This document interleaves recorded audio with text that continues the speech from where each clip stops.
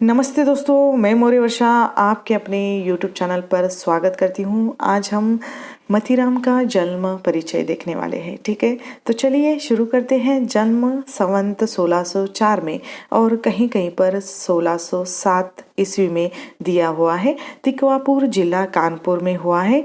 मृत्यु संवत 1701 में।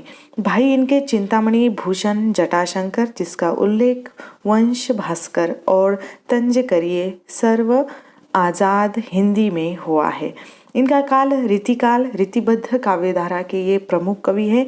इनकी रचनाओं में जो प्रथम इनकी रचना आती है उसमें है फूल मंजरी, जिसका समय है रचना काल जो 1679 में। इसमें प्रत्येक दोहे में एक फूल का नाम दिया हुआ है और जिसके श्लेषार्थ से नायिका का नाम मिलता है। ठीक है, उसके बाद 1633 से लेकर 43 तक का जो समय है रसराज इस रचना का है। सबसे प्रसिद्ध इनकी यह रचना है।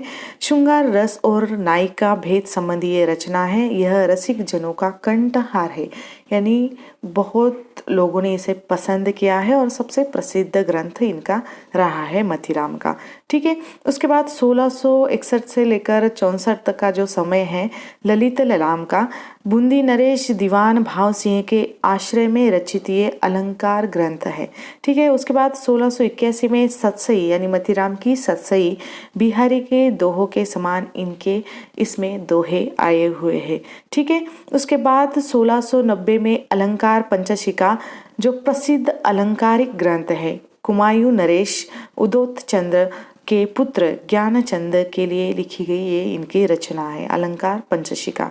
ठीक है, उसके बाद 1701 में वर्त कोदुमी, लक्षण श्रृंगार, साहित्य सार, छंद सार ये इनकी पिंगल में रची हुई रचना है और शंभुनाथ सोलंकी राजा को ये रचना समर्पित की हुई है।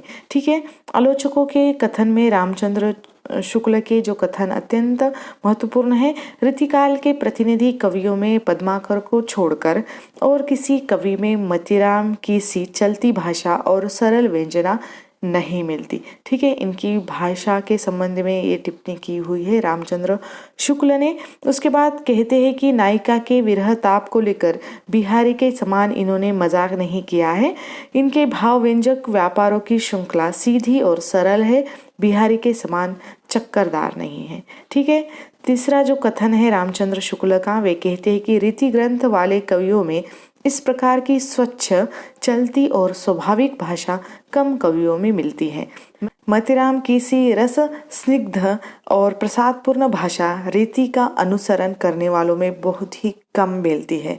ठीक है, उसके बाद रामचंद्र शुक्ल कहते हैं कि भाषा के समान ही मतीराम के न तो भाव कृत्रिम है और न उनके व्यंजक व्यापार और चेष्टाएं भावों को आसमान पर चढ़ाने और दूर की कोड़ी लाने के फेर में ये नहीं पड़े हैं।